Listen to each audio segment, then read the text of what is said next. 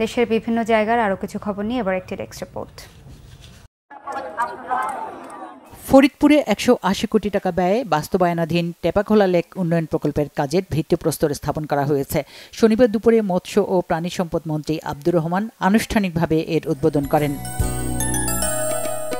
ডাক, টেলিযোগাযোগ ও তথ্য প্রযুক্তি প্রতিমন্ত্রী জুনায়েদ আহমেদ পলক বলেছেন, সরকার ইন্টারনেট সেবার দাম কমিয়েছে। ৮৫,০০০ টাকার প্রতি এমবিপিএস ইন্টারনেট মাত্র ৬০ টাকায় আনা হয়েছে।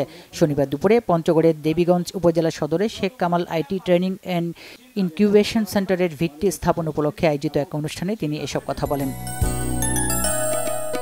জাতীয়তাবাদী শ্রমিক দলের খুলনা বিভাগীয় বুনিয়াদী প্রশিক্ষণ কর্মশালা হয়েছে খুলনা প্রেস ক্লাবের ব্যাংকুয়েট হলে। উদ্বোধন করেন বিএনপির ভাইস চেয়ারম্যান শামসুজ্জামান দুদু।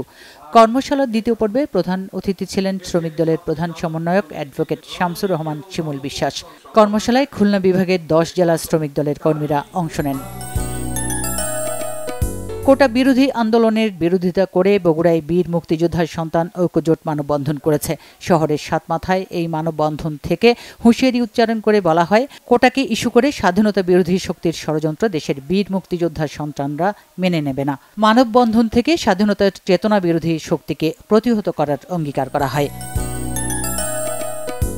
লালমনিরহাট পৌরসভাকে আধুনিক স্মার্ট ও জনকল্যাণমুখী পৌরসভা রূপান্তরের লক্ষ্যে ২০২৪-২৫ অর্থ বছরের বাজেট ঘোষণা করা হয়েছে। সকালে পৌরসভার হলরুমে সাংবাদিকদের সাথে মতবিনিময় সভায় ৪৮ কোটি ৭৮ লাখ টাকার বাজেট ঘোষণা করেন পৌর মেয়র রেজাউল করিম স্বপন। নড়াইলের লোহাগাড়ায় স্মার্ট বাংলাদেশ গড়ার অংশ হিসেবে স্মার্ট লোহাগাড়া গড়ার লক্ষ্যে পরিচ্ছন্নতা ও সৌন্দর্য বর্ধন কর্মসূচির উদ্বোধন হয়েছে। শনিবার নড়াইলের লোহাগড়া উপজেলা পরিষদ ও প্রশাসনের আয়োজনে পরিষদ মিলনায়তনে উদ্বোধনী অনুষ্ঠানে প্রধান অতিথি ছিলেন প্রাথমিক ও গণশিক্ষা মন্ত্রণালয়ের যুগ্ম সচিব Mohammad Rabiul Islam.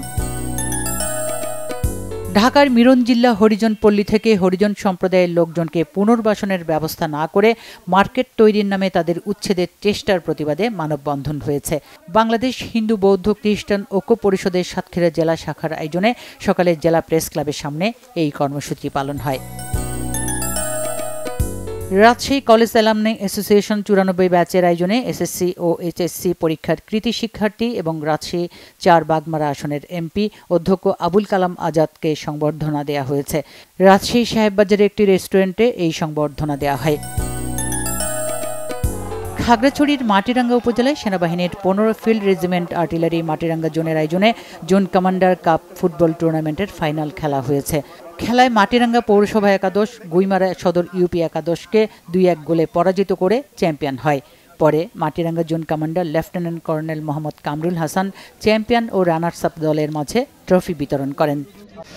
Bangla vision news desk.